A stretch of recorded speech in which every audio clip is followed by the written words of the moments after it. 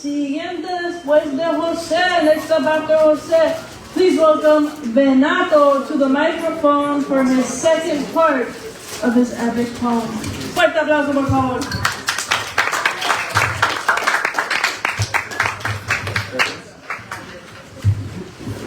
Hi everybody. I've been composing an epic poem, which is my favorite type of poetry. You know, old books with swords in them. I heard someone say that earlier today. So I'm currently on chapter 5, or is it chapter 5? Is that where I'm at? 4 or 5, of The Life of Robin Hood, which is a book I'm writing in verse. And so I'm going to recite for you chapter 5, as soon as I scroll to it. Alright, chapter 5 is called Robin and the Scarlet Knight. By the way, in this first third of the book, Robin's about 16 years old, so be aware of that. When we last left our hero, Robin was eating dinner. He discovered the robber, Will of the Green, disguised as a wizard, but kept his secret after extracting a promise of free passage through Sherwood Forest. Then he participated in a riot at Nottingham Fair, where he earned the friendship of a young man named Will Stuteley. We pick up the story as Will seeks his father's permission to serve Robin as his squire in the coming tournaments. Will's father gladly let his boy be esquire to the lad, foreseeing that at Gamewells much advantage might be had. That night the boys and Gamewell and his sister left the fair, and travelled to his manor that he might recover there. Next morning Gamewell wished the boys to see the fair once more, but Robin chose to stay until his uncle felt restored. And so, while Will and Robin strained and wrestled in the sun, Dame Locksley learned her brother wanted to adopt her son. "I have no heir," he said, "and lose the vigor of my youth." But Eleanor was well aware this wasn't all the truth. He had a son named Geoffrey, but disowned him recently. She wished he would forgive his boy and treat him decently. The anger of the squire was born of fealty to his lord, for when the Third Crusade was called, King Henry raised his sword and took his heir Prince Richard to the wars in Palestine, and then his other son, Prince John, became disturbed in mind. He started to usurp the regency of Henry's nation. Now, Geoffrey was in London during all this agitation, in service to a knight who swore his loyalty to John. His father wished to learn, therefore, which side his son was on. He wrote his son a note and bade him make a solemn choice. He'd be disowned by George unless he lifted up his voice to cry that he was on the side of Henry, England's king. His son ignored the note, and Gamewell deeply felt the stain. Declaring him a traitor, he disowned him as his heir. So now, when George was dead, his home would leave his family's care. But yesterday he saw how Robin battled at his side, and wondered if he'd take the rights that Geoffrey was denied. His sister heard his speech, but deemed his wishes too unkind. She said, "The silence of thy son does not disclose his mind." But when she said her piece, she saw her brother's brow grow hot. "Thou must not say such things," he sternly said. "Defend him not. His silence is disgraceful. Such a man's no son to me." But then he talked of Robin, and he spoke less angrily. "If thou and Hugh shall give consent to leave my nephew here, my will shall be revised to make him heir to my career. Consider then, shall Robin Locksley take the Gamewell name?" But fate, it seemed, had other plans for bringing Robin fame. For even now the boy and Will were wrestling in the court, with Gamewell's servant Warrington to oversee their sport. 3 times was Robin lifted up and thrown upon the ground, but he would only nerve himself for yet another round.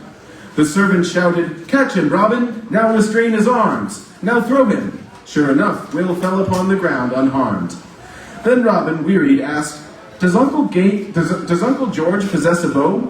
I still have much to learn at archery, as thou dost know." The servant said, "My master's aim is better than his peers, for I, his trainer, played that sport for many dozen years. Yon target is a perfect mark to shoot from where we stand."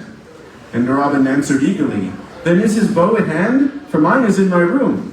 And Warrington replied, "Indeed, for Gamewell bade me give thee whatsoever thou might need. So if thine esquire runs to that small hut ye see nearby, within it lies all sorts of bows for both of ye to try." And Robin answered, "Hasten, Will, and bring a proper bow, that I may mend the aim I showed in Sherwood days ago." Then Will approached the shed, peeped in, and started back in fear. He called to Robin, "Come thou quick, for there's a man in here." Beshrew me, master, Robin told the servant by his side. Adventure is upon us. Prithee, who could be inside? He stared with fascination at the figure which emerged. Then Warrington, astonished, tightly grabbed the boy and urged, Be silent, Robin, that's thy cousin Geoffrey, now disowned. Then running forward tearfully, Oh, Geoffrey, lad, he groaned. At his approach, the figure gazed around him, most observant. Who are these youths here, Warrington? He whispered to the servant. Thy cousin Robin, master, on a visit with his squire. Thy father bade them stay here with permission from their sires. So, said the man, my kinsman Robin comes to startle me. And Robin came to them. I greet thee heartily, said he. The man replied, I give my hand to thou who wouldst supplant me. Fret not, I'd love to be my father's heir, but no, I can't be. It tempts me not, I know the cost of making England free. And Robin, shocked, said silently, How large he seems to be. He long assumed his cousin would be like to all his peers. But no, this bearded sturdy man was nigh on 30 years. He clad himself in somber clothes, except his scarlet cape. The mantle lay upon him like a dashing Norman drape. When Robin noticed it, he laughed aloud and shook his hand. I take thy friendship, cousin, and forever may it stand. But how could I supplant thee? I am only here a year. Then Robin hugged the man, whose heart was overcome with cheer. But then the moment passed. He looked about suspiciously. He said, O Warrington, thou must give succor unto me.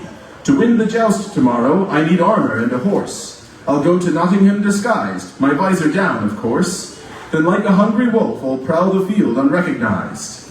His speech was rough, and light was flashing fiercely in his eyes. And Robin, he continued, thou must keep thy tongue discreet, and tell thy squire my very life depends on this deceit. I soon may be an outlaw here, if so I'll have to flee. This shed shall be my keep until the gear is brought to me. I'll saddle up thy horse for thee, my cousin, Robin cried, and choose for thee as stout a lance as Gamewell can provide. If thou shalt let me help today, I'll be thy truest friend. He answered, Thou art sweet, perhaps on thee I can depend. So Geoffrey whispered to him, Let the lance be colored red, the armor scarlet, wrap the sabre's hilt with crimson thread. Besides a stripe of ruby, paint no symbol on the shield, and thus shall I be known to thee upon the battlefield. But guard my secret closely, only Warrington may hear it. At midnight I'll be here, dread not my death, I do not fear it. And Robin said, Thou shalt be read as mine own namesake bird. I'll bring thy gear to thee at 12, and so fulfill thy word. And as for Will, I promise he can be relied upon. Then Geoffrey smiled, returned inside his hut, and so was gone. Then Robin turned to Stuteley. Will, forget what thou hast seen. If thou art asked, my cousin's very life depends on thee. I understand my duty, master, answered Will with pride. I promise thee the subject I've already laid aside. Now, shall we play as archers, as thou hast before directed? An ounce of practice more, and thou shalt see thine aim perfected. So Will and Robin spent the day in shooting at a mark, excited for the task awaiting them when it was dark. Thank you.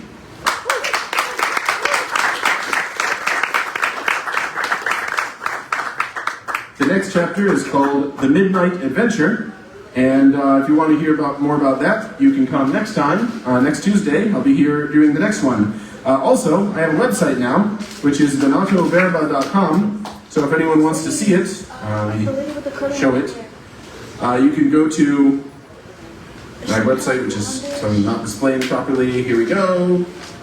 Yeah, so there's my website, venatoverba.com. See me over there if you want it, and you can get more of my poetry and check out my books and purchase them. So thank you so much.